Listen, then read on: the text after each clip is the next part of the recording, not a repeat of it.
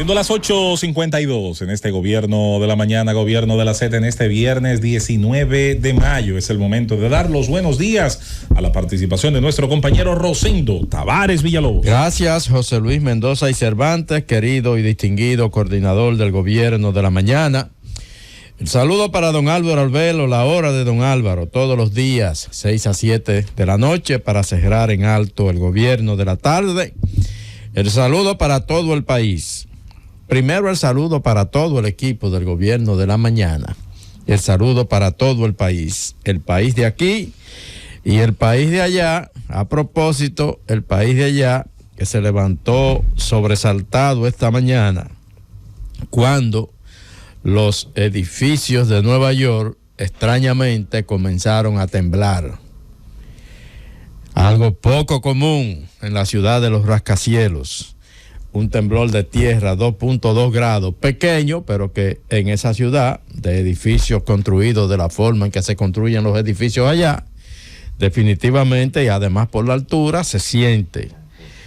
Sismo de 2.2 grados, reportado por el Servicio Sismológico de los Estados Unidos, con epicentro en el condado de Westchester, pero que se sintió también en el área metropolitana de Nueva York, pero también en estados vecinos, el caso de New Jersey, desde Inglewood, en el condado Bergen, en New Jersey, algunos reportes, la gente asustada, pero Danbury, Connecticut, vecino estado también de Nueva York, desde Danbury y otras ciudades de Connecticut, pues se reportó también la situación. Los vecinos se levantaron sobresaltados. Nueva York, como decíamos, los temblores de tierra no son comunes. El último de cierta magnitud que se recuerda ocurrió en el año 2010, 3.9, tuvo el epicentro en Southampton, eso es en Long Island, pero sacudió la ciudad de Nueva York y fue, una noticia de gran impacto, lo recuerdo perfectamente, porque Nueva York no está acostumbrado definitivamente a eso. Dicen los residentes que el asunto se sintió hoy con dramatismo y que fue sumamente perceptible. Temblor de tierra en la ciudad de Nueva York, que ocurrió simultáneamente con uno ya de mucho mayor magnitud, que sacudió esta madrugada el Pacífico Sur, allá el lejano Pacífico Sur, 7.7 grados. Usted sabe, mi querido Rosendo Tavares Villalobos, el decano, que hay una preocupación por un nuevo estudio en Nueva York que dice que por el peso de los rascacielos, la isla de Manhattan está descendiendo.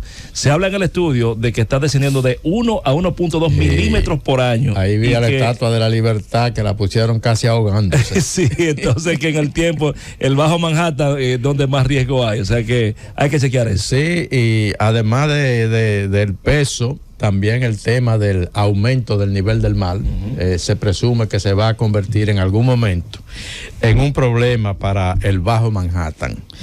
Entonces hubo un terremoto también de 7.7 grados en el sur del Pacífico, por allá por las islas Fiji, generó un pequeño tsunami, pero hay una alerta de olas peligrosas, olas con categoría de tsunami, hasta casi 1,000 kilómetros de distancia del epicentro de este terremoto del día de hoy.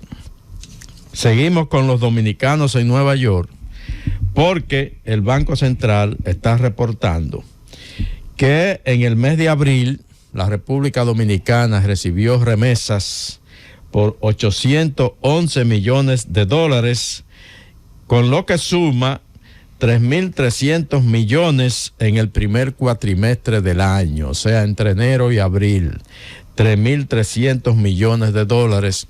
Si usted suma si la tendencia se mantiene, probablemente incluso hasta se incremente un poco más en el último cuatrimestre.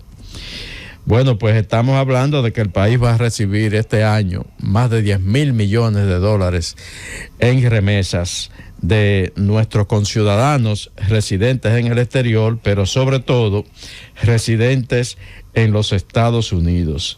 Eso es bueno, pero también es un poco triste, porque es bueno por la cantidad de dólares que nos llegan, dinero que entra limpio al país, que le llegan a la familia, que demuestra una vez más cuán solidaria es la comunidad en el exterior con sus familiares aquí en el país, pero a la vez hace que uno piense que, caramba, envían los dólares, pero esa es gente que se fue de la República Dominicana, que probablemente no vuelva, y que se fue porque no encontró aquí las oportunidades que le permitieran pues cumplir con sus expectativas. Y que ahora la política dominicana, que ya le falló a esos ciudadanos, pretende resolver haciendo un ministerio.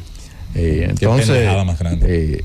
Se fueron porque el Estado dominicano les falló, esa es la verdad. Algunos no se fueron por eso, pero la mayoría se han ido por eso, y lo más triste es que no se están creando aquí todavía las condiciones para que esa gente en algún momento se sienta seguro, y porque todos quieren regresar, pero se sienten inseguros de si me voy, si qué va a pasar allá otra vez.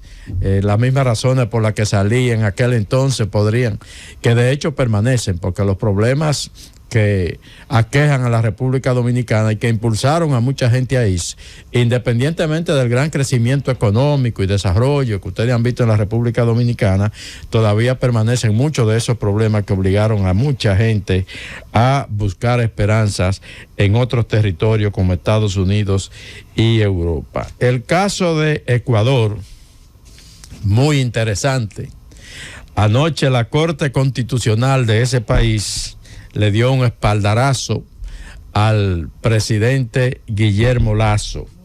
La Corte Constitucional validó el decreto del presidente sobre el tema de la muerte cruzada, dictando la disolución del Congreso de ese país.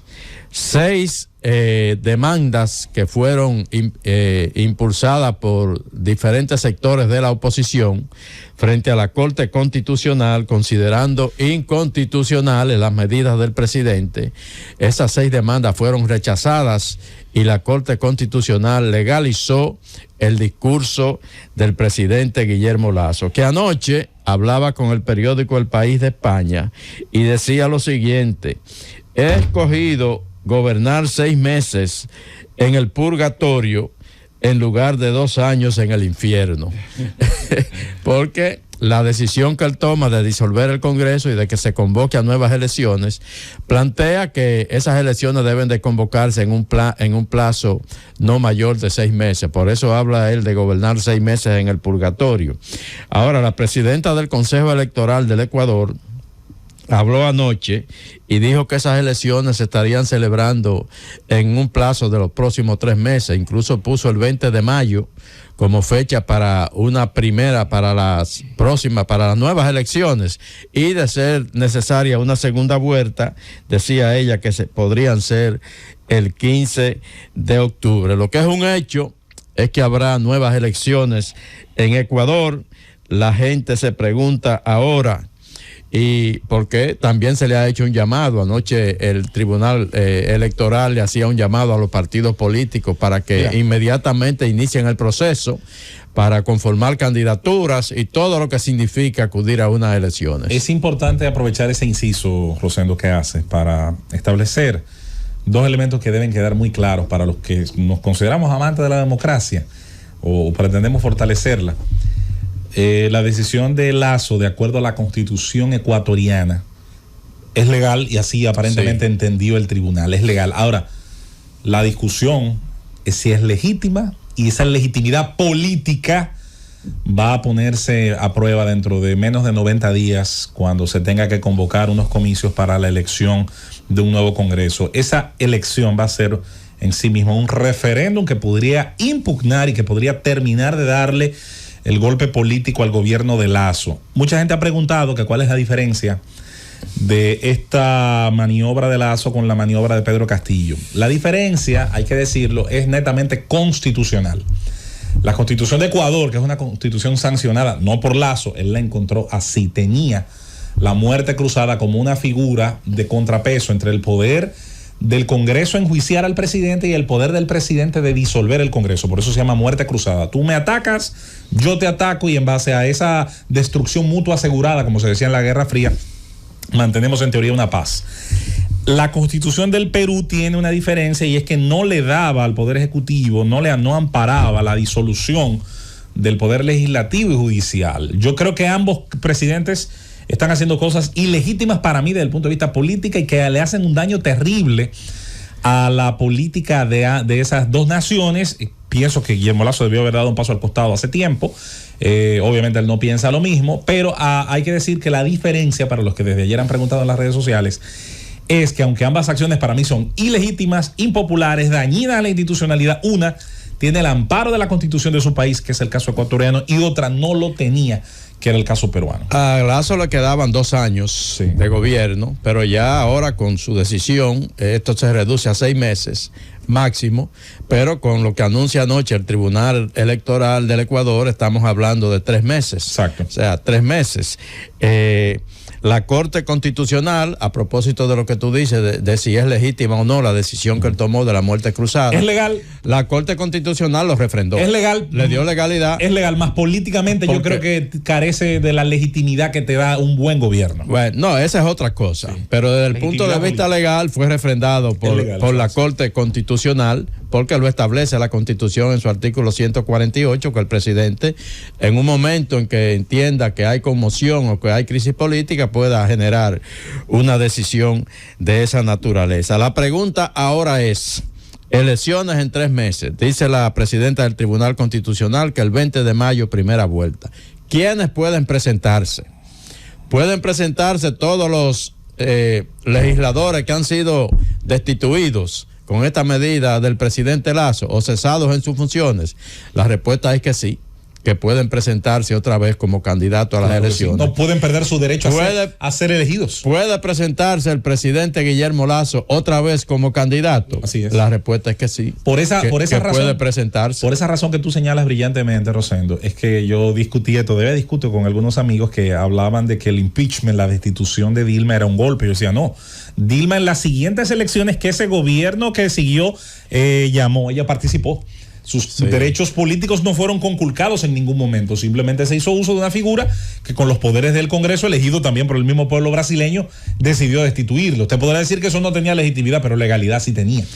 Bueno, entonces él puede presentarse otra vez y hasta podría ganar, porque su problema es con un Congreso que le es hostil, donde él tiene poco apoyo, pero quizás entre la población general la situación podría ser diferente. Nadie sabe lo que podría pasar si él presenta una nueva candidatura, pero mientras tanto su gobierno, conforme a lo que estableció anoche la presidenta del Consejo Electoral ecuatoriano, su gobierno debería terminar en 3 meses o a lo máximo en octubre, si es que se van a una segunda vuelta conforme lo estableció ella. Miren, sobre la situación de Miguel Seara Hatton, eso pone al gobierno de Luis Abinader y al Partido Revolucionario Moderno en una seria encrucijada, muy seria. Yo recuerdo cuando Miki Seara renunció al PNUD, año 2011, argumentando en aquella ocasión que el capítulo local de las Naciones Unidas había prácticamente desarticulado el programa que él dirigía, el programa de desarrollo humano, el PNUD, y decidió renunciar y se mantuvo como una fuente de consulta, un técnico, una fuente de consulta en el país. Y me extrañó cuando él decidió aceptar una posición política.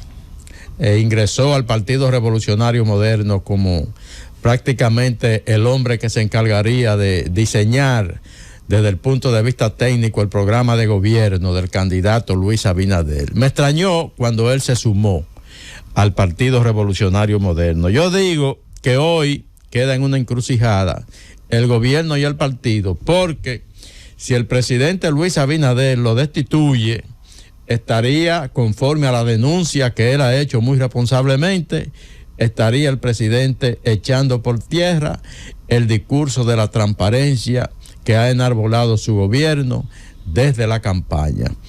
Pero la situación de él el presidente le sería difícil destituirlo. Ahora, la situación de él ahora mismo es insostenible prácticamente, en función de las declaraciones que ha hecho la parte política del gobierno. Usted podría decir que Alfredo Pacheco habló como el político y que eso no tiene necesariamente que determinar si él sale o no del gobierno. Ahora, la declaración de Carolina, máxima autoridad del partido, secretaria general, junto a Paliza, presidente, esa es una declaración que compromete seriamente la situación. Y yo creo que hace insostenible la permanencia de él en el gobierno. Entonces, si renuncia, ahí va a quedar también determinado que a veces los outsiders son buenos para la sumatoria política y para el impacto del anuncio del momento, pero luego entonces no se siente ese compromiso político que es sumamente necesario en momentos claves y difíciles de la actividad política en el país. Si lo votan, un lío para el presidente. Y si se queda. Y si se queda. Ni contigo ni sin ti. Óyeme, es realmente un serio problema para el gobierno. Llévatelo, Cundo.